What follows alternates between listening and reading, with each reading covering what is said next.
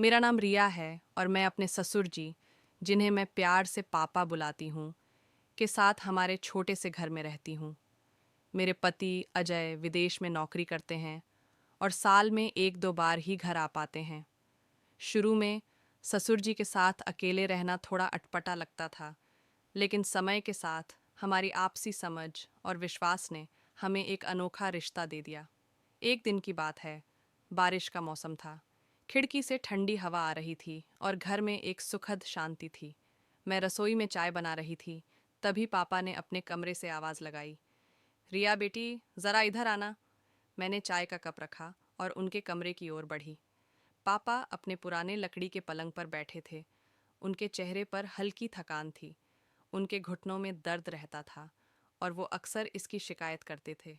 बेटी, आज पैरों में बहुत दर्द है, क्या तुम थोड़ा मालिश कर दोगी?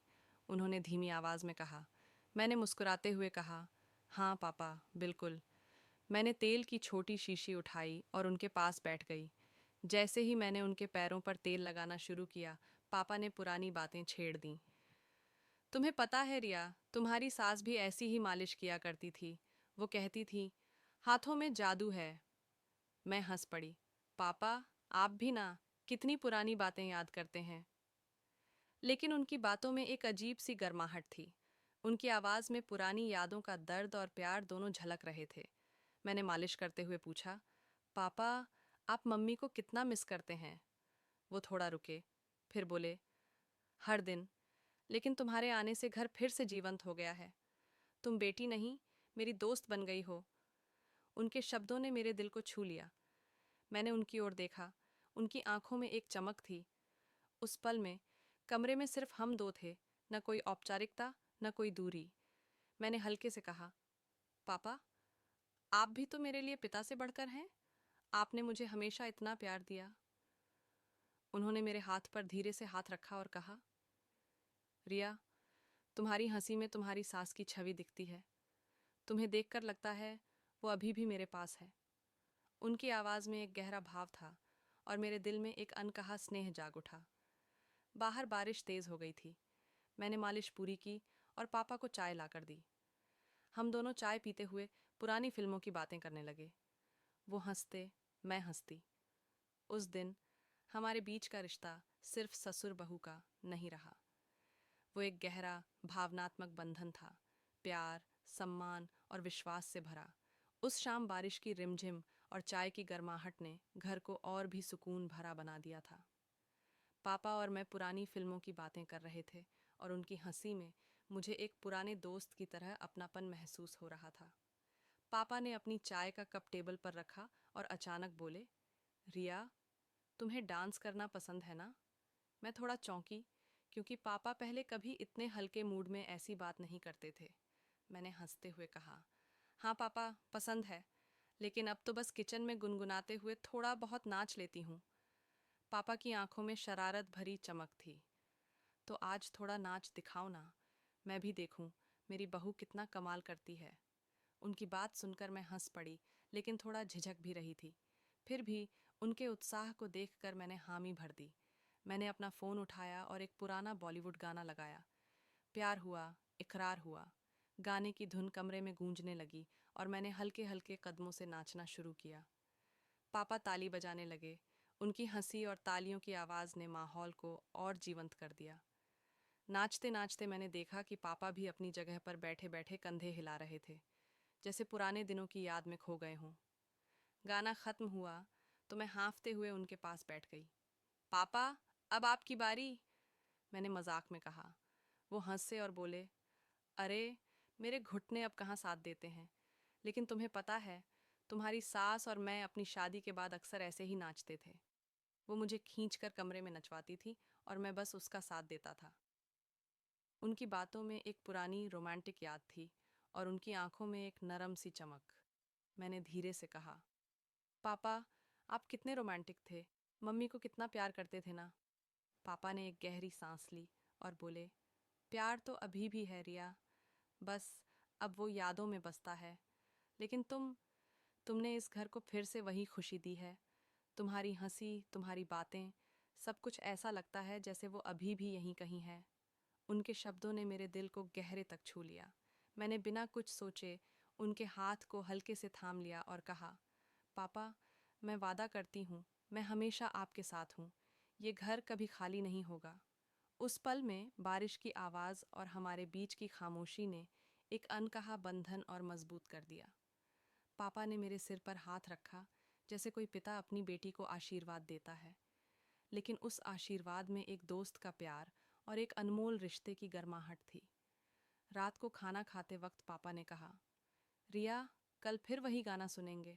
और हाँ, इस बार मैं भी थोड़ा नाचने की कोशिश करूँगा। मैं हंस पड़ी और बोली, पक्का पापा, हम दोनों मिलकर इस घर को और रंगीन बनाएंगे। अगली सुबह सूरज की किरणें खिड़कियों से छन कर घर में बिखर रही थीं। मैं जल्दी उठ गई थी और रसोई में पापा के पसंदीदा पराठे बना रही थी। मन में कल रात की बातें घूम रही थीं, वो गाना, पापा की हंसी और वो अनकहा स्नेह जो हमारे बीच पनप रहा था। यह रिश्ता कुछ खास था, न ससुर बहू जैसा, न बिल्कुल दोस्तों जैसा, बल्कि उससे कहीं गहरा और अनमोल। पापा नाश्ते की मेज पर आए। उनके चेहरे पर आज एक अलग सी ताजगी थी। रिया, आज का दिन खास करने का मन है, उन्होंने मुस्कुराते हुए कहा। मैंने चौंक कर पूछा, खास? पापा, कोई खास मौका है क्या? वो हंसे और बोले, अरे, मौका तो बनाना पड़ता है। आज तुम्हारे साथ बाजार चलूंगा। कुछ पुरानी चीज़ें देखने का मन है, और हाँ, तुम्हारे लिए भी कुछ लाएंगे। मैंने हंसते हुए कहा, पापा, आप तो बिल्कुल जवान हो गए हैं। हम दोनों हंस पड़े और नाश्ते के बाद तैयार होकर बाजार की ओर निकल पड़े। बाजार में पुरानी किताबों और रिकॉर्ड्स की दुकान पापा की पसंदीदा थी। वो एक पुराना विनाइल रिकॉर्ड उठाकर बोले, रिया, ये देखो, तुम्हारी सास का फेवरेट गाना, लग जा गले, हम इसे रात को सुनेंगे। उनकी आंखों में फिर वही पुरानी यादों की चमक थी। मैंने रिकॉर्ड लिया और कहा, पापा, आज रात हम इसे ज़रूर सुनेंगे और आप मुझे मम्मी की और कहानियाँ सुनाएंगे। बाजार से लौटते वक्त पापा ने मेरे लिए एक साधारण सी लाल बिंदी खरीदी। ये तुम पर अच्छी लगेगी, उन्होंने कहा। मैंने शर्माते हुए बिंदी माथे पर लगाई और पापा ने मुस्कुराकर कहा, बिल्कुल, तुम्हारी सास जैसी लग रही हो। रात को हमने पुराना रिकॉर्ड प्लेयर निकाला और लग जा गले की मधुर धुन कमरे में गूंजने लगी। मैंने देखा कि पापा अपनी कुर्सी पर बैठे, आंखें बंद किए, गाने में खो गए थे। मैं चुपके से उनके पास बैठ गई और उनका हाथ थाम लिया। पापा, आप मम्मी को कितना प्यार करते थे ना? मैंने धीरे से पूछा। वो रुके, फिर बोले, प्यार कभी ख़त्म नहीं होता रिया, वो बस रूप बदल लेता है। तुम्हें देखकर, तुम्हारी देखभाल में, मुझे लगता है मैं अभी भी उसे प्यार कर रहा हूँ। उनकी आवाज़ में एक गहरा दर्द और प्यार का मिश्रण था। मैंने उनकी ओर देखा और कहा, पापा, मैं चाहती हूँ कि आप हमेशा खुश रहें। आप मेरे लिए सिर्फ ससुर जी नहीं, मेरे गाइड, मेरे दोस्त हैं। मेरी आंखों में नमी थी और पापा ने मेरे सिर पर हाथ रखकर कहा, और तुम मेरे लिए मेरी बेटी, मेरी दोस्त और इस घर की रोशनी हो। उस रात हम देर तक बातें करते रहे। पापा ने मम्मी के साथ अपनी जवानी की कहानियाँ सुनाईं, कैसे वो चुपके से उन्हें चिट्ठियाँ लिखते थे, कैसे वो दोनों बारिश में भीगते हुए हंसते थे। मैं सुनते सुनते कहीं खो गई। मुझे एहसास हुआ कि पापा का प्यार, उनकी कहानियाँ और उनकी हंसी मेरे लिए कितनी कीमती थीं। अगले दिन मैंने फैसला किया कि मैं पापा के लिए कुछ खास करूँगी। मैंने उनके पुराने रेडियो को ठीक करवाया और उनके पसंदीदा गानों की एक प्लेलिस्ट बनाई। जब मैंने उन्हें वो रेडियो दिया, उनकी आंखें खुशी से चमक उठीं। रिया, तुम सचमुच इस घर का जादू हो, उन्होंने कहा। उस पल में हमारे बीच का बंधन और गहरा हो गया। यह प्यार, सम्मान और एक दूसरे की खुशी की फिक्र का बंधन था। हम दोनों ने मिलकर उस घर को फिर से हंसी और गर्माहट से भर दिया था। पापा का पुराना रेडियो अब हर सुबह और शाम हमारे घर में गूंजता था। पुराने बॉलीवुड गाने, खासकर मम्मी के पसंदीदा, घर को एक अलग ही रंग दे रहे थे। पापा की हंसी और उनकी छोटी छोटी बातें मेरे लिए अब दिन का सबसे खूबसूरत हिस्सा बन चुकी थीं। लेकिन मुझे लगता था कि पापा के दिल में अभी भी कुछ अधूरी इच्छाएं थीं, जो वो शायद मुझसे कह नहीं पाते थे। एक दिन मैंने देखा कि पापा अपने पुराने अलमारी से एक छोटा सा डायरी निकालकर पढ़ रहे थे। उनकी आंखें गीली थीं और चेहरा गंभीर। मैंने हल्के से पूछा, पापा, ये क्या पढ़ रहे हैं? कोई खास बात? पापा ने डायरी बंद की और मुस्कुराने की कोशिश करते हुए बोले, रिया, ये तुम्हारी सास की डायरी है। वो अपनी छोटी छोटी ख्वाहिशें लिखा करती थीं। कुछ पूरी हुईं, कुछ अधूरी रह गईं। मैंने उत्सुकता से पूछा, कैसी ख्वाहिशें पापा, बताइए ना। पापा ने एक गहरी सांस ली और बोले, उसकी एक ख्वाहिश थी कि हम दोनों मिलकर किसी पहाड़ी जगह पर जाएं, वहाँ की ठंडी हवाओं में चाय पिएं और सूर्यास्त देखें। लेकिन मेरी नौकरी और जिम्मेदारियों के चक्कर में वो ख्वाहिश पूरी नहीं हो पाई। उनकी बात सुनकर मेरा दिल भर आया। मैंने तुरंत कहा, पापा, ये ख्वाहिश अब हम पूरी करेंगे। आप और मैं मिलकर मम्मी की यादों को जिंदा करेंगे। पापा ने हंसते हुए कहा, अरे, अब मेरी उम्र कहाँ रही रिया, और तू भी तो व्यस्त रहती है। लेकिन मैंने जिद पकड़ ली। नहीं पापा, ये होकर रहेगा, बस आप तैयार रहिए। अगले हफ्ते मैंने सब कुछ प्लान कर लिया। हम दोनों शिमला के लिए निकल पड़े। पापा पहले तो थोड़ा हिचकिचाए, लेकिन ट्रेन में बैठते ही उनकी आंखों में एक बच्चे जैसी चमक थी। रास्ते में हमने खूब बातें की। पापा ने अपनी जवानी के किस्से सुनाए और मैंने अपने कॉलेज के दिनों की शरारतें। ट्रेन की खिड़की से बाहर हरे भरे पहाड़ों को देखते हुए पापा बोले, रिया, तुमने मुझे फिर से जवान कर दिया। शिमला पहुंचकर हम एक छोटे से गेस्ट हाउस में रुके। शाम को मैंने पापा को मॉल रोड पर ले जाकर उनकी पसंदीदा मसाला चाय पिलाई। सूर्यास्त का समय था और हम दोनों एक बेंच पर बैठकर पहाड़ों के पीछे डूबते सूरज को देख रहे थे। पापा ने धीरे से कहा, रिया, आज मुझे लग रहा है कि तुम्हारी सास यहीं कहीं है, हमारे साथ। मैंने उनका हाथ थामा और कहा, पापा, वो हमेशा हमारे साथ हैं और अब से उनकी हर ख्वाहिश हम मिलकर पूरी करेंगे। पापा की आंखों में नमी थी, लेकिन उनकी मुस्कान बता रही थी कि वो कितने खुश थे। उस रात हमने गेस्ट हाउस की छत पर बैठकर पुराने गाने सुने। पापा ने मुझे अपनी और मम्मी की शादी की कहानी सुनाई।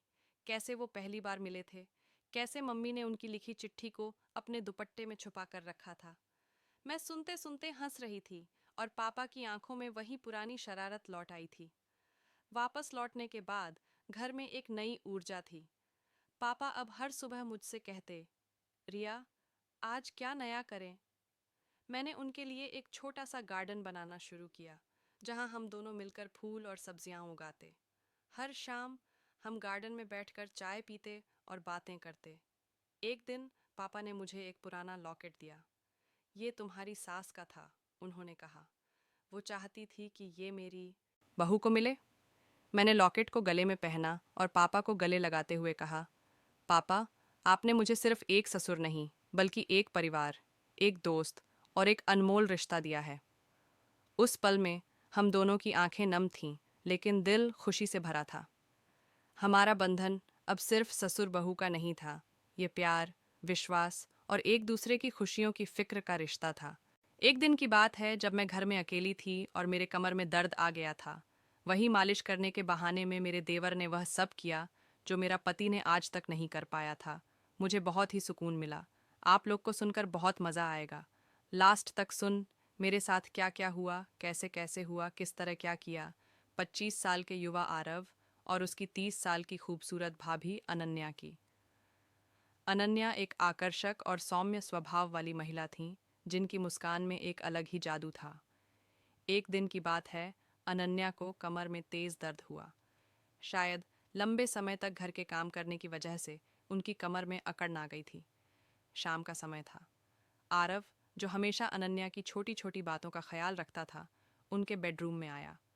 उसने देखा कि अनन्या दर्द से परेशान थीं। उसने नरम स्वर में कहा, भाभी, आप लेट जाइए, मैं आपकी कमर पर बाम लगाकर हल्की मालिश कर देता हूँ। इससे आपका दर्द कम हो जाएगा।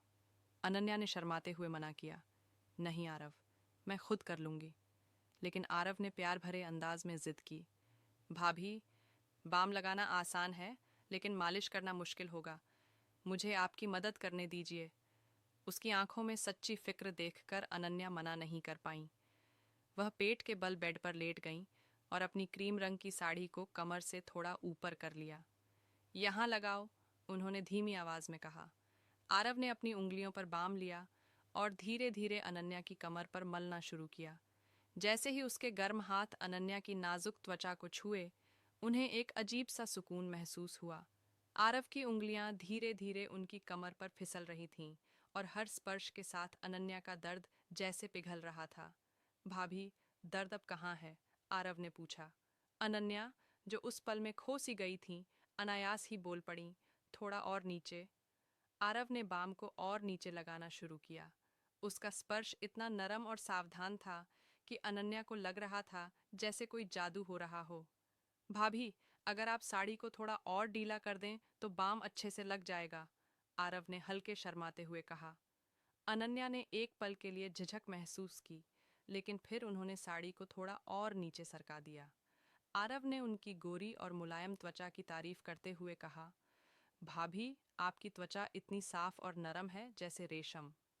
इस बात पर अनन्या के गाल शर्म से लाल हो गए। वह पेट के बल लेटी थीं, इसीलिए आरव उनकी शर्माई मुस्कान नहीं देख सका। मालिश के दौरान दोनों के बीच एक अनकहा स्नेह पनप रहा था। कुछ देर बाद अनन्या ने कहा, बस आरव, अब ठीक है। आरव चुपचाप उठा और कमरे से चला गया। अनन्या को उस रात एक अनोखा सुकून मिला। सालों बाद किसी ने उनकी इतनी फिक्र की थी, जिसमें देखभाल और प्यार दोनों थे। अगली सुबह अनन्या ने खुद को तरोताज़ा महसूस किया। नहाने के बाद उन्होंने गहरे नीले रंग की साड़ी पहनी, जिसके किनारों पर चांदी की कढ़ाई थी। उन्होंने अपने पसंदीदा सिल्वर हाई हील सैंडल पहने और हल्का मेकअप किया। किचन में नाश्ता बनाते समय उनकी नज़र बार बार सीढ़ियों की ओर जा रही थी। तभी आरव नीचे उतरा। उसने अनन्या को देखकर मुस्कुराते हुए कहा, वाह भाभी, आज तो आप किसी अप्सरा से कम नहीं लग रही हैं। लगता है मेरी मालिश का जादू चल गया। अनन्या ने हंसते हुए जवाब दिया। हाँ, जादू तो तूने किया ही है। नाश्ते के दौरान आरव ने पूछा, भाभी, आप साड़ी में इतनी खूबसूरत लगती हैं, फिर इसे इतना कम क्यों पहनती हैं? अनन्या ने जवाब दिया, बस कभी कभी खास मौक़ों पर। वैसे तुझे साड़ी इतनी पसंद क्यों है? आरव ने शर्माते हुए कहा, पता नहीं भाभी, मुझे लगता है आप साड़ी में और भी ज्यादा खूबसूरत लगती हैं। उस रात आरव ने बाहर से खाना लाने का वादा किया।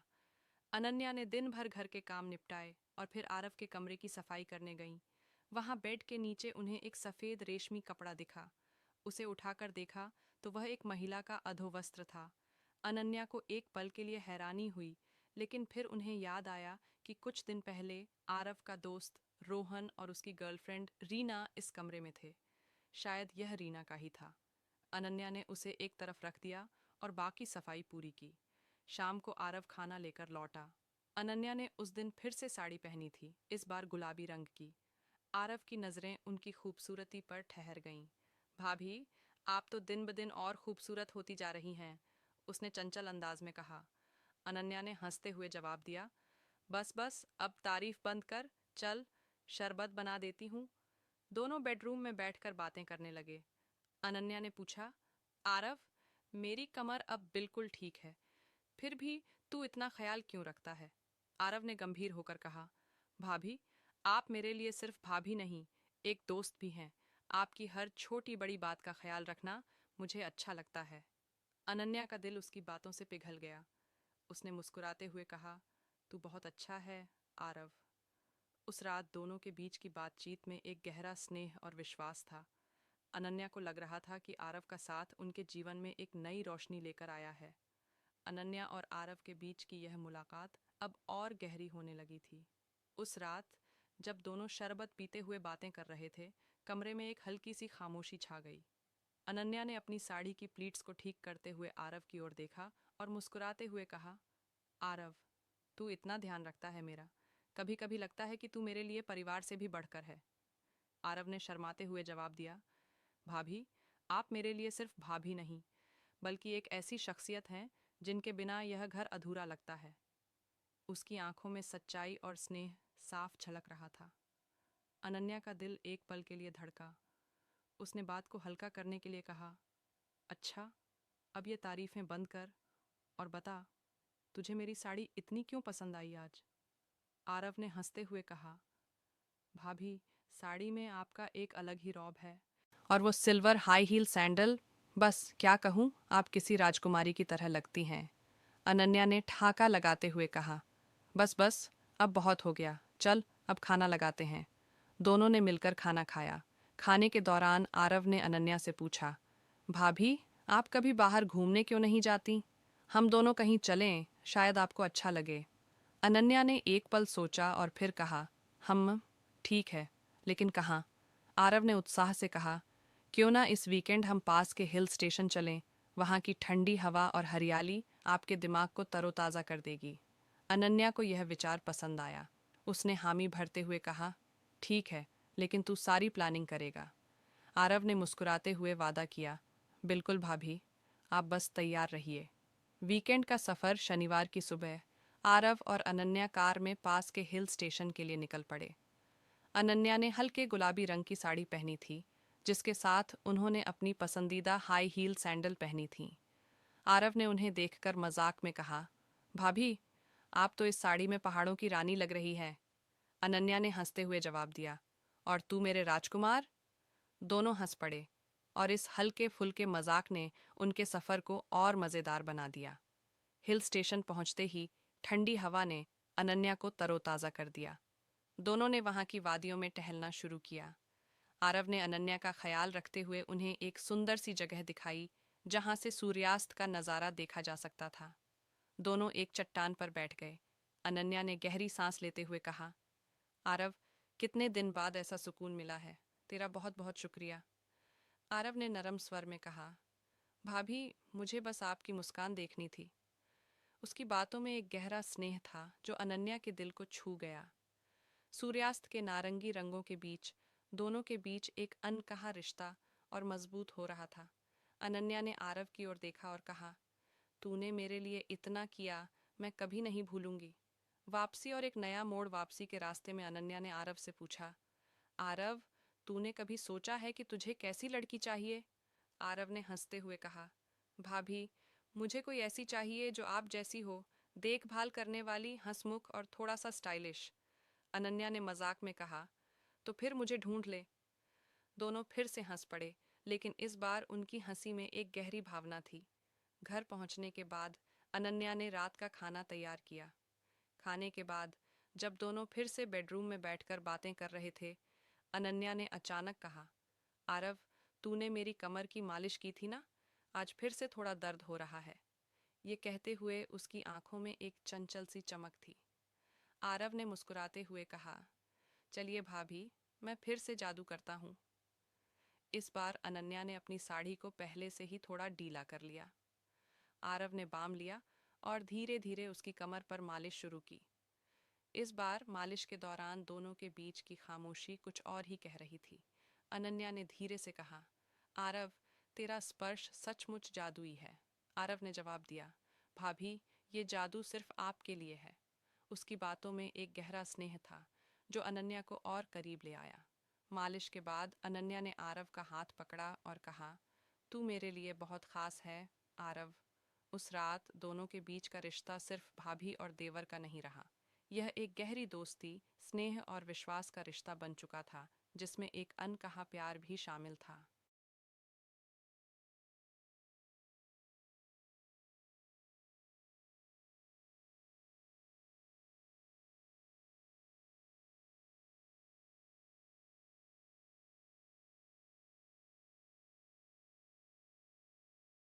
एक नई सुबह की शुरुआत सर्द रात थी और गांव की शांत वादियों में केवल झींगुरों की आवाज गूंज रही थी। राधा, एक विधवा जो अपने पति के गुजरने के बाद से अकेलेपन की साए में जी रही थी, अपने छोटे से मिट्टी के घर में चूल्हे के पास बैठी थी। उसका दिल भारी था, लेकिन उसने हमेशा अपनी जिंदगी को संभालने की कोशिश की थी। उसका देवर किशन, जो गांव में अपनी मेहनत और नेकदिली के लिए जाना जाता था, अक्सर उसका ध्यान रखता था। किशन और राधा के बीच का रिश्ता हमेशा से सादगी और सम्मान से भरा था। लेकिन उस रात, जब हवा में ठंडक थी और आसमान में तारे चमक रहे थे, कुछ ऐसा हुआ जो राधा के दिल को छू गया। रात के 11 बजे होंगे। राधा अपने बिस्तर पर लेटी थी। नींद उसकी आंखों से कोसों दूर थी। तभी दरवाजे पर एक हल्की सी खटखट हुई। राधा चौंक गई। इतनी रात को कौन हो सकता था? उसने अपनी चादर लपेटी और दरवाजे की ओर बढ़ी। कौन है? उसने हल्की सी डरी हुई आवाज में पूछा। भाभी, मैं हूं, किशन। बाहर से आवाज आई। राधा ने दरवाजा खोला। किशन बाहर खड़ा था। उसके हाथ में एक छोटा सा लालटेन था जिसकी मध्यम रोशनी उसके चेहरे पर पड़ रही थी। उसकी आंखों में एक अजीब सी चमक थी जो राधा ने पहले कभी नहीं देखी थी। इतनी रात को किशन, सब ठीक है ना? राधा ने चिंता से पूछा। किशन ने एक गहरी सांस ली और मुस्कुराया। भाभी, सब ठीक है, बस मन नहीं लगा, सोचा आपसे थोड़ी बात कर लूं। राधा को उसकी बात अजीब लगी, लेकिन उसने उसे अंदर बुला लिया। दोनों आंगन में बैठ गए जहां चांद की रोशनी फैली हुई थी। किशन ने लालटेन को एक तरफ रख दिया और राधा की ओर देखा। भाभी, मैं जानता हूँ आपके लिए ये साल आसान नहीं रहे, लेकिन मैं ये भी जानता हूँ कि आप कितनी मजबूत हैं। मैंने हमेशा आपका सम्मान किया है, लेकिन आज आज मैं कुछ कहना चाहता हूँ। उसकी आवाज़ में एक हल्की सी कांप थी। राधा का दिल तेजी से धड़कने लगा। उसने किशन की ओर देखा। उसकी आंखों में कुछ ऐसा था जो उसे बेचैन कर रहा था। क्या बात है किशन? उसने धीरे से पूछा। किशन ने एक पल रुककर कहा, भाभी, मैंने हमेशा आपके लिए अपने दिल में एक खास जगह रखी है। पहले तो ये सिर्फ सम्मान था, लेकिन धीरे धीरे ये कुछ और हो गया। मैं जानता हूँ ये गलत लग सकता है, लेकिन मैं आपसे अपने दिल की बात कहना चाहता हूँ। मैं आपकी ज़िंदगी का हिस्सा बनना चाहता हूँ, न सिर्फ एक देवर के रूप में, बल्कि उससे कहीं ज़्यादा। राधा की सांसें थम सी गईं। उसने कभी नहीं सोचा था कि किशन के मन में उसके लिए ऐसी भावनाएं होंगी। उसका मन उलझन में पड़ गया। एक तरफ समाज की रीतियां थीं और दूसरी तरफ किशन की सच्चाई जो उसकी आंखों में साफ झलक रही थी। किशन, ये सब इतना आसान नहीं है, राधा ने कहा। उसकी आवाज़ में दर्द और उलझन थी। मैंने कभी इस बारे में नहीं सोचा। मैं जानता हूँ भाभी, किशन ने कहा। मैं आपसे कुछ भी जल्दबाजी में नहीं चाहता। बस इतना चाहता हूँ कि आप मेरे दिल की बात जान लें। मैं आपके लिए हमेशा रहूँगा, चाहे आप जो भी फैसला लें। उस रात दोनों चुपचाप चांद की रोशनी में बैठे रहे। राधा के मन में एक तूफान सा उठ रहा था, लेकिन कहीं गहरे में उसे किशन की बातों में एक सुकून भी मिला। शायद ये एक नई शुरुआत थी, एक ऐसी शुरुआत जो समय के साथ उनके रिश्ते को न्याय एक नई सुबह की शुरुआत जारी। चांद की रोशनी में राधा और किशन के बीच की खामोशी कुछ देर तक बनी रही। हवा में ठंडक थी, लेकिन किशन की बातों ने राधा के मन में एक गर्माहट सी पैदा कर दी थी। वह चुपचाप आकाश की ओर देख रही थी, जहां तारे मानो उनकी इस अनकही कहानी के साक्षी बन रहे थे। किशन ने भी चुप्पी नहीं तोड़ी। शायद वह राधा को अपने मन की उथल पुथल को समझने का वक्त देना चाहता था। कुछ देर बाद राधा ने धीरे से सिर उठाया और किशन की ओर देखा। उसकी आंखों में एक अजीब सी चमक थी, उलझन, डर और शायद कहीं गहरे में एक उम्मीद। किशन, उसने धीमी आवाज में कहा, तुम्हें पता है मेरी जिंदगी में कितने साल सिर्फ खामोशी और अकेलेपन के नाम रहे। मैंने कभी नहीं सोचा था कि कोई मेरे लिए ऐसा सोचेगा, खासकर तुम। किशन ने हल्के से मुस्कुराते हुए कहा, भाभी, मैं जानता हूँ कि ये सुनना आपके लिए आसान नहीं है, लेकिन मैं ये भी जानता हूँ कि आपने हमेशा दूसरों के लिए जिया है, सबके लिए, पर खुद के लिए कभी नहीं। मैं चाहता हूँ कि आप फिर से मुस्कुराएं, फिर से जिए। राधा के मन में एक तूफान सा उठ रहा था। उसने अपने पति को खोने के बाद जिंदगी को एक बोझ की तरह ढोया था। गांव की नज़रें, समाज की रीतियां और अपने दिल की खामोशी ने उसे बांध रखा था। लेकिन किशन की बातों में एक सच्चाई थी जो उसे झकझोर रही थी। किशन, अगर मैं तुम्हारी बात मान भी लूं तो क्या होगा? राधा ने पूछा। उसकी आवाज़ में एक हल्की सी हिचक थी। गांव वाले, रिश्तेदार, सब क्या कहेंगे? मैं एक विधवा हूँ और तुम मेरे देवर। ये दुनिया हमें कभी माफ़ नहीं करेगी। किशन ने एक गहरी सांस ली और राधा की आंखों में देखा। भाभी, दुनिया का डर मुझे भी है, लेकिन मैं ये भी जानता हूँ कि ज़िंदगी एक बार मिलती है। अगर हम अपने दिल की सुनने की हिम्मत नहीं करेंगे तो क्या हम सचमुच जिएंगे? मैं वादा करता हूँ मैं तुम्हें कभी अकेले नहीं छोड़ूंगा। चाहे दुनिया कुछ भी कहे, मैं तुम्हारे साथ खड़ा रहूंगा। राधा की आंखें नम हो गईं। उसने सालों बाद किसी के मुंह से ऐसी बात सुनी थी जो सिर्फ उसके लिए थी, उसके दिल के लिए। उसने किशन की ओर देखा और पहली बार उसे उसकी मुस्कान में एक सुकून दिखा। किशन ने धीरे से उसका हाथ थाम लिया। उसका स्पर्श गर्म था और उसमें एक अजीब सी ताकत थी जो राधा को बता रही थी कि वह अकेली नहीं है। किशन, मुझे वक्त चाहिए, राधा ने धीरे से कहा। उसका हाथ अभी भी किशन के हाथ में था। मुझे सोचने का समय दो, ये फैसला आसान नहीं है। किशन ने हल्के से सिर हिलाया। भाभी, मैं इंतजार करूंगा। जितना वक्त आपको चाहिए उतना लीजिए। मैं बस इतना चाहता हूँ कि आप अपने दिल की सुने। उस रात जब किशन वापस अपने घर लौटा, राधा आंगन में अकेली बैठी रही। चांद अब और चमक रहा था, मानो उसकी उलझनों को सुलझाने की कोशिश कर रहा हो। राधा ने अपने दिल की गहराइयों में झांका। उसे याद आया कि कैसे किशन ने हमेशा उसका साथ दिया था जब वह बीमार पड़ी थी, जब गांव वालों ने उसकी विधवा होने की वजह से ताने मारे थे, जब उसने अकेले में आंसू बहाए थे। किशन हमेशा चुपके से उसका ख्याल रखता था। दिन बीतने लगे। किशन और राधा के बीच की बातचीत अब पहले से ज्यादा गहरी हो गई थी। किशन उसे छोटी छोटी बातों पर हंसाने की कोशिश करता। कभी वह उसके लिए बाजार से उसकी पसंदीदा मिठाई लाता, तो कभी आंगन में बैठकर उसे गांव की पुरानी कहानियां सुनाता। राधा को लगने लगा था कि उसका दिल, जो सालों से खामोश था, अब धीरे धीरे फिर से धड़कने लगा था। एक दिन जब सूरज ढल रहा था और आसमान लाल रंग से रंगा हुआ था, राधा ने किशन को अपने पास बुलाया। किशन, उसने कहा। उसकी आवाज में एक नई दृढ़ता थी। मैंने सोच लिया। मैं नहीं जानती कि ये रास्ता आसान होगा या नहीं, लेकिन मैं तुम्हारे साथ चलना चाहती हूँ। किशन की आंखें खुशी से चमक उठीं। उसने राधा का हाथ थामा और कहा, भाभी, मैं वादा करता हूँ, मैं तुम्हें कभी निराश नहीं करूँगा। उस पल सूरज की आखिरी किरणों ने उनके चेहरों को रोशन किया और राधा को लगा कि शायद जिंदगी ने उसे एक नया मौका दिया है, प्यार का, साथ का और एक नई सुबह का। अर्थ दे सकती थी, एक नई सुबह की शुरुआत। जारी, राधा और किशन का फैसला उनके दिलों के बीच एक अनकहा बंधन बन गया था। उस सूरज ढलने के पल ने न सिर्फ उनके रिश्ते को एक नया नाम दिया, बल्कि राधा के मन में बरसों से जमी उदासी को भी पिघलाना शुरू कर दिया। लेकिन गांव की तंग गलियों और चौक चौराहों पर नजरें और बातें तेजी से फैलती थीं। राधा और किशन दोनों जानते थे कि उनकी राह आसान नहीं होगी। फिर भी किशन की आंखों में जो दृढ़ता थी, वह राधा को हिम्मत दे रही थी। अगले कुछ दिन राधा के लिए एक सपने जैसे थे। किशन हर छोटी छोटी बात में उसका ध्यान रखता। सुबह सुबह वह राधा के लिए तुलसी के पौधे के पास पानी का लोटा रख जाता, ताकि उसे दूर कुएं तक न जाना पड़े। कभी वह गांव के मेले से राधा के लिए रंग बिरंगी चूड़ियां लाता, और राधा, जो सालों से सादी साड़ियों में बंधी थी, उन चूड़ियों को देखकर शर्मा उठती। किशन की हर बात, हर हरकत में एक प्यार था, जो राधा को फिर से जीने की वजह दे रहा था। एक शाम जब राधा आंगन में मिट्टी के चूल्हे पर रोटियां सेंक रही थी, किशन पास आकर बैठ गया। उसने एक छोटा सा गुलाब का फूल राधा की ओर बढ़ाया। ये आपके लिए भाभी, उसने मुस्कुराते हुए कहा। राधा ने फूल को हाथ में लिया। उसकी खुशबू ने उसके मन को एक अजीब सी ताजगी दी।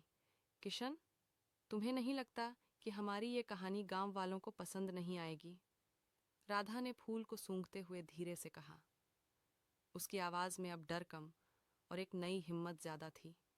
किशन ने गहरी सांस ली और कहा, भाभी, मैंने पहले ही कहा था, मुझे दुनिया की परवाह नहीं। लेकिन अगर आपको डर है, तो मैं आपके साथ गांव के बड़े बुजुर्गों से बात करूंगा। मैं उन्हें समझाऊंगा कि हमारा रिश्ता सच्चाई और सम्मान पर टिका है। राधा ने उसकी बात सुनकर हल्के से सिर हिलाया। उसे किशन की बातों पर भरोसा था, लेकिन गांव की रूढ़ियों का डर अभी भी उसके मन में कहीं न कहीं बाकी था। उस रात जब वह अपने बिस्तर पर लेटी थी, उसे अपने पति की याद आई। उसने मन ही मन सोचा, क्या तुम मुझे माफ कर दोगे? क्या मैं अपने लिए जीने का हक रखती हूँ? तभी हवा का एक झोंका आया और खिड़की के पास रखा गुलाब का फूल हल्के से हिला। राधा को लगा मानो उसका जवाब मिल गया हो। अगले दिन किशन ने गांव के पंचायत के मुखिया रामलाल जी से मिलने का फैसला किया। वह राधा के साथ गया ताकि दोनों मिलकर अपनी बात रख सकें। रामलाल जी एक बुजुर्ग और समझदार इंसान थे, जो गांव में सबके लिए सम्मानित थे। किशन ने सारी बात खुलकर बताई, कैसे उसने राधा की जिंदगी में एक नया रंग भरने की कोशिश की और कैसे वह उसका हमेशा साथ देना चाहता है। रामलाल जी ने पहले तो चुपचाप सुना, फिर राधा की ओर देखकर कहा, बेटी, तुमने बहुत दुख देखा है। अगर तुम्हारा दिल किशन के साथ खुश है, तो इसमें गलत क्या है? लेकिन गांव की बातें आसान नहीं होती। तुम दोनों को एक दूसरे का साथ मजबूती से निभाना होगा। राधा की आंखें नम थीं, लेकिन उसने दृढ़ता से कहा, मैं तैयार हूँ बाबूजी। मैं बस इतना चाहती हूँ कि मेरी जिंदगी में फिर से खुशियाँ आएं। रामलाल जी ने मुस्कुराकर दोनों को आशीर्वाद दिया। उन्होंने गांव वालों को समझाने का वादा किया ताकि राधा और किशन को कोई परेशानी न हो। उस दिन जब राधा और किशन पंचायत के घर से बाहर निकले तो आसमान में बादल छाए थे, लेकिन राधा के दिल में एक नई रोशनी थी। वक्त बीतता गया। गांव में कुछ लोग अब भी ताने मारते, लेकिन किशन और राधा ने एक दूसरे का हाथ थाम रखा था। किशन ने राधा के लिए एक छोटा सा बगीचा बनाया, जहां वह हर सुबह फूलों को पानी देती और किशन के साथ हंसती बातें करती।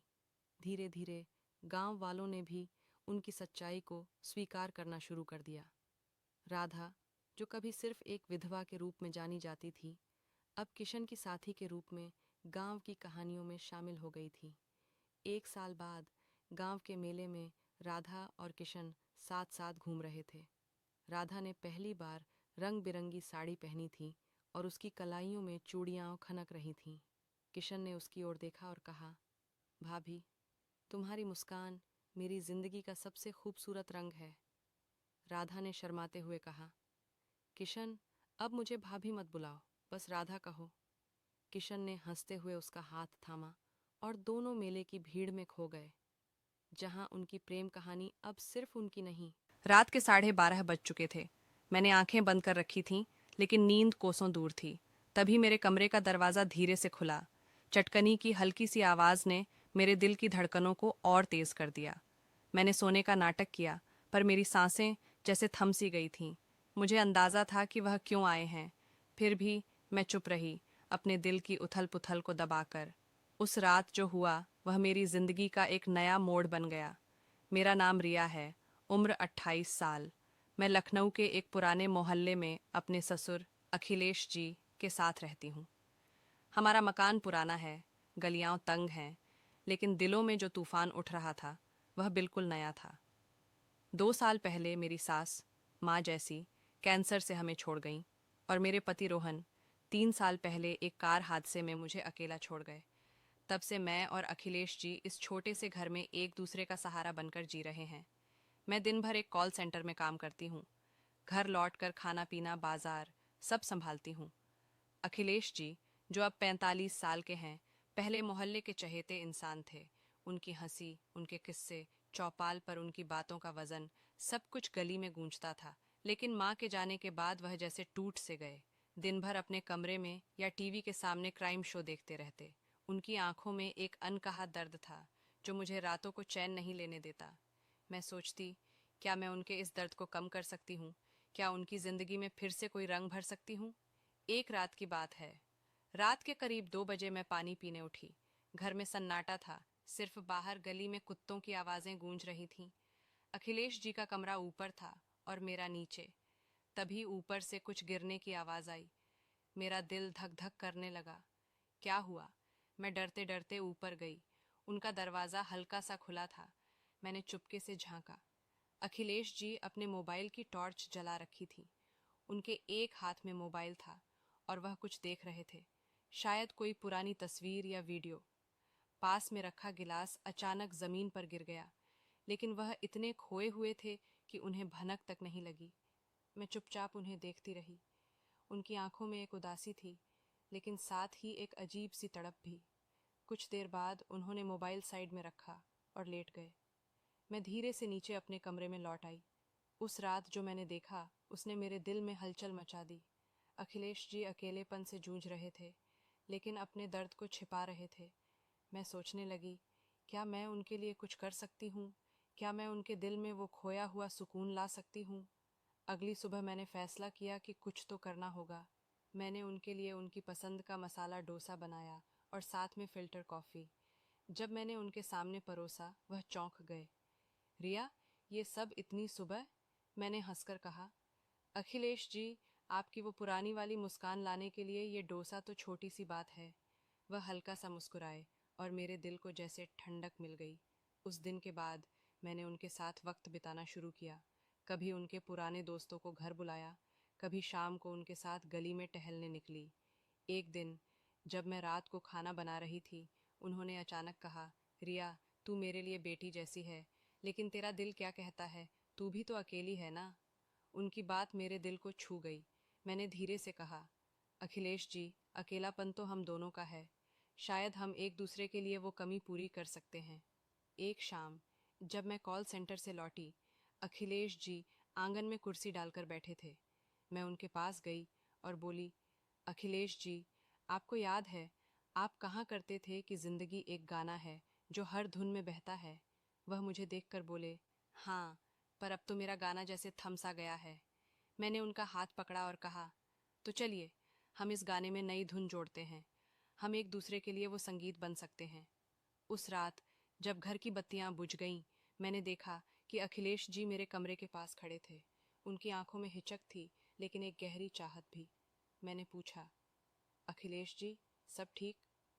वह चुप रहे, फिर धीरे से बोले, रिया, तूने आज जो कहा वो मेरे दिल में उतर गया। मैं तुझ में अपनी बेटी देखता हूँ, लेकिन शायद कुछ और भी। मेरी सांसें तेज हो गईं। मैंने हल्के से कहा, अखिलेश जी, हम दोनों ने बहुत कुछ खोया है, लेकिन शायद हम एक दूसरे में वो खुशी ढूंढ सकते हैं जो हमें चाहिए। लोग क्या कहेंगे, ये सोचकर जिंदगी थमती नहीं। उन्होंने मेरा हाथ थामा। उनकी हथेली में एक गर्माहट थी जो मेरे दिल तक उतर गई। वह बोले, रिया, ये रास्ता आसान नहीं। मैंने मुस्कुराकर कहा, अखिलेश जी, जो आसान होता है उसमें मज़ा कहाँ। बस आप मेरे साथ रहें, फिर देखिए जिंदगी कैसे गुनगुनाने लगती है। उस रात हमने एक दूसरे के साथ वक्त बिताया। पुरानी बातें, माँ के किस्से, रोहन की शरारतें, और वो दिन जब घर में हंसी गूंजती थी। लेकिन उस रात कुछ बदल गया। अखिलेश जी की आंखों में वो खालीपन कम हो गया और मेरा दिल भी हल्का हो गया। अगले दिन जब मैं दफ्तर से लौटी, अखिलेश जी ने मेरे लिए मेरी पसंद की मसाला चाय और पकौड़े बनाए थे। रिया, आज तुझे कुछ छटपटा चाहिए, उन्होंने हंसकर कहा। मैंने जवाब दिया, अखिलेश जी, आपने तो मेरी जिंदगी में पहले ही तड़का डाल दिया। वो एक नई शुरुआत थी। न कोई नाम, न कोई रिश्ता, बस दो दिल जो एक दूसरे का सहारा बन गए। बाहर की दुनिया वही थी, लोग, उनकी बातें, उनका शोर। लेकिन हमारे घर में एक नई सुबह थी, जहाँ रिश्ते नहीं, बस एहसास थे। उस दिन के बाद हमारे घर में जैसे एक नया रंग बिखरने लगा। अखिलेश जी की आंखों में वो पुरानी चमक धीरे धीरे लौट रही थी, और मेरा दिल भी जैसे हर दिन हल्का हो रहा था। मैं कॉल सेंटर से लौटती और अखिलेश जी आंगन में मेरे लिए मसाला चाय या कोई छोटा मोटा नाश्ता तैयार रखते। उनकी वो छोटी छोटी कोशिशें मेरे लिए किसी बड़े तोहफे से कम नहीं थीं। एक शाम की बात है। बारिश हो रही थी और लखनऊ की तंग गलियों में पानी की छप छप की आवाज़ गूंज रही थी। मैं दफ्तर से भीगते हुए लौटी। अखिलेश जी दरवाजे पर खड़े थे। उनके हाथ में एक तौलिया और मेरी पसंद की अदरक वाली चाय थी। रिया, तू भी ना छाता ले जाना भूल जाती है, उन्होंने हल्की हंसी के साथ कहा। मैंने तौलिया लिया और मुस्कुराकर बोली, अखिलेश जी, जब आप मेरी इतनी फिक्र करते हैं तो छाते की क्या ज़रूरत। उनकी आंखों में एक पल के लिए वो गर्माहट चमकी जो मेरे दिल को छू गई। उस रात हम दोनों आंगन में बैठे। बारिश की बूंदें छत पर टप टप गिर रही थीं और हवा में मिट्टी की सौंधी खुशबू थी। मैंने उनकी तरफ देखा और पूछा, अखिलेश जी, आपको याद है आप माँ को कैसे लव लेटर लिखा करते थे, वो किससे सुनाया कीजिए। वह हंसे और उनकी हंसी में वो पुराना जोश था। रिया, वो तो जवानी के दिन थे। तेरी सासू माँ को मैंने पहला लेटर एक गुलाब के साथ दिया था।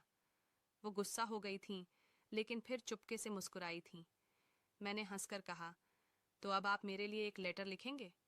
वह ठिठक गए, फिर धीरे से बोले, रिया, अब तो मेरे अल्फाज तुझ में ही बसते हैं।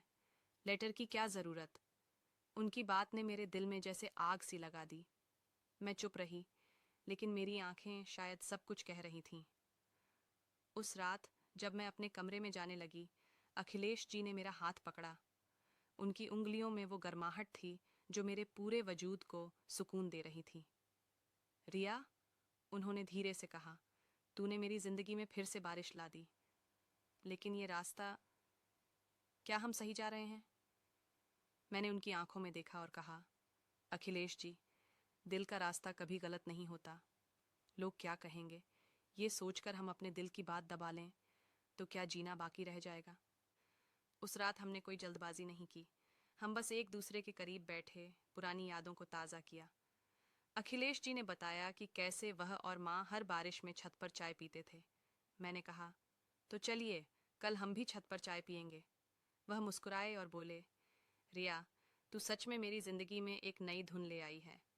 अगले दिन मैंने दफ्तर से जल्दी छुट्टी ली। घर लौटते वक्त मैंने बाजार से अखिलेश जी की पसंद की मिठाई, रसगुल्ले खरीदे।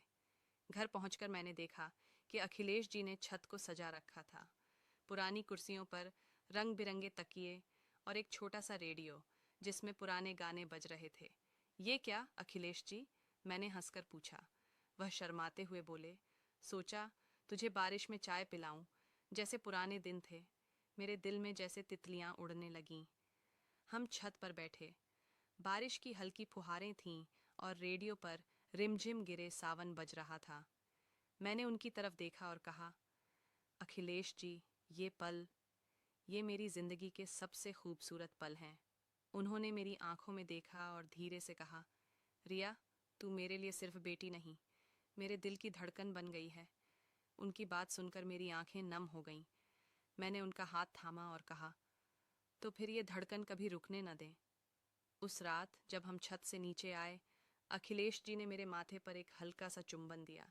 वो पल इतना कोमल, इतना पवित्र था कि मेरे दिल में जैसे सारी दुनिया की खुशी समा गई। हमने कोई सीमा नहीं लांघी, बस एक दूसरे के दिलों को थाम लिया। अगले कुछ हफ्तों में हमारा रिश्ता और गहरा हो गया।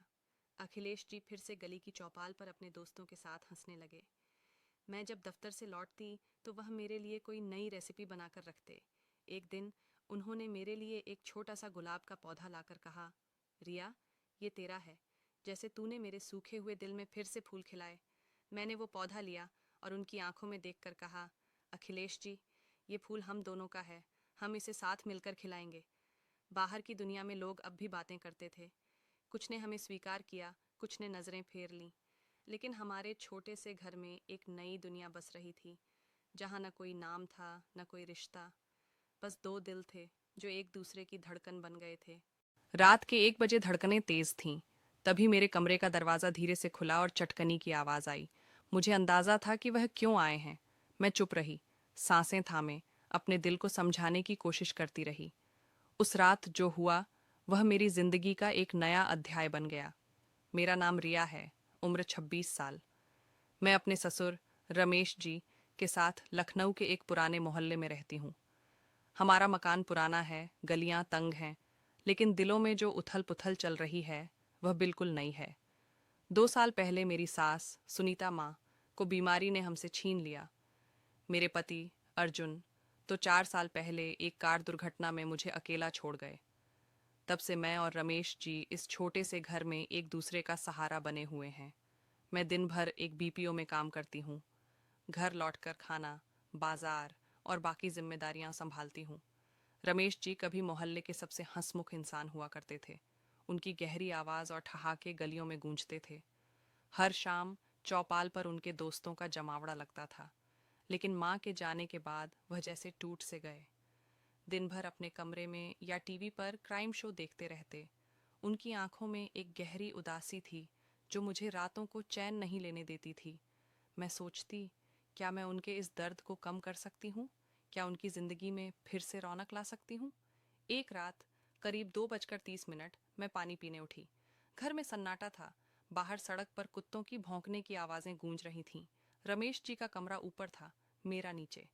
तभी ऊपर से कुछ गिरने की आवाज आई। मेरा दिल जोर से धड़का। क्या हुआ? डरते डरते मैं दबे पांव ऊपर गई। उनका दरवाजा हल्का सा खुला था। मैंने चुपके से झांका।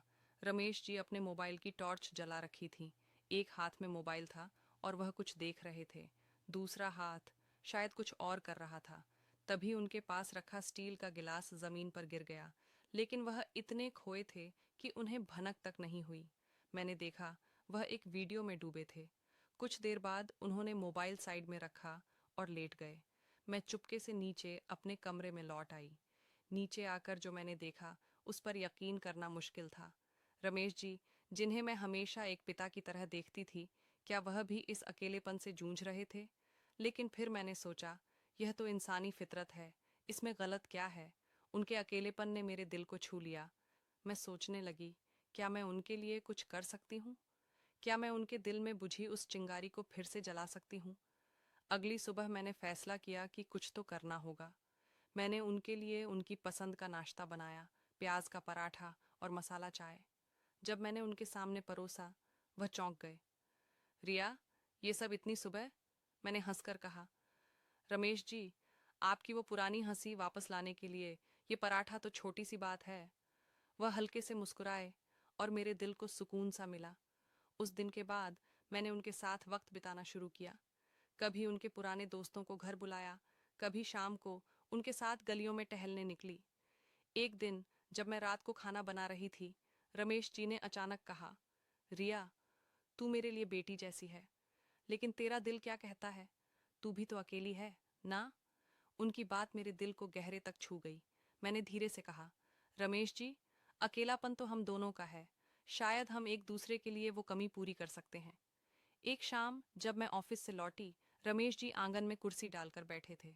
मैं उनके पास गई और बोली, रमेश जी, आपको याद है, आप कहाँ करते थे कि जिंदगी एक समंदर है जो थमता नहीं। वह मुझे देखकर बोले, हाँ, पर अब मेरा समंदर सूख सा गया है। मैंने उनका हाथ पकड़ा और कहा, तो चलिए, हम इस समंदर में फिर से लहरें लाते हैं। हम एक दूसरे के लिए वो बारिश बन सकते हैं। उस रात जब घर की बत्तियां बुझ गईं, मैंने देखा कि रमेश जी मेरे कमरे के पास खड़े थे। उनकी आंखों में हिचक थी, लेकिन एक अनकही चाहत भी। मैंने पूछा, रमेश जी, सब ठीक? वह चुप रहे, फिर धीरे से बोले, रिया, तूने जो आज कहा वो मेरे दिल में उतर गया। मैं तुझ में अपनी बेटी देखता हूँ, लेकिन शायद कुछ और भी। मेरी धड़कनें तेज हो गईं। मैंने हल्के से कहा, रमेश जी, हम दोनों ने बहुत कुछ खोया है। शायद हम एक दूसरे में वो सुकून ढूंढ सकते हैं जो हमें चाहिए। लोग क्या कहेंगे, ये सोचकर जिंदगी तो नहीं रुकती। उन्होंने मेरा हाथ थामा। उनकी हथेली में एक गर्माहट थी जो मेरे दिल तक उतर गई। वह बोले, रिया, ये रास्ता आसान नहीं। मैंने मुस्कुराकर कहा, रमेश जी, जो आसान। रोमांटिक कहानी। एक बारिश भरी रात की शुरुआत। रात के 12 बजे थे। घड़ी की सुइयां धीमे धीमे समय की गति को माप रही थीं। बाहर हल्की हल्की बारिश हो रही थी और बिजली की कड़क से आसमान कभी कभी चमक उठता था।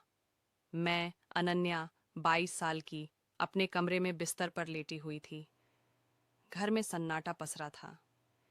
मेरे माता पिता और भाई बहन एक पारिवारिक शादी में गए थे और मैं घर की देखभाल के लिए रुक गई थी। मेरे साथ सिर्फ मेरे चचेरे भाई आरव 28 साल के थे, जो कुछ दिनों के लिए हमारे घर रुके थे ताकि मैं अकेली न रहूं। बिजली की कड़क से मेरे दिल में डर सा समा गया। मैंने कंबल को और कसकर पकड़ लिया, लेकिन नींद कोसों दूर थी। तभी एक जोरदार बिजली कड़की। डर के मारे मैंने आवाज दी, आरव भैया, मुझे बहुत डर लग रहा है। कुछ ही पलों में आरव मेरे कमरे में आए। उनकी आंखों में नींद थी, लेकिन चेहरे पर हल्की मुस्कान थी। अनन्या, डरने की क्या बात है? मैं हूं ना, उन्होंने नरम स्वर में कहा।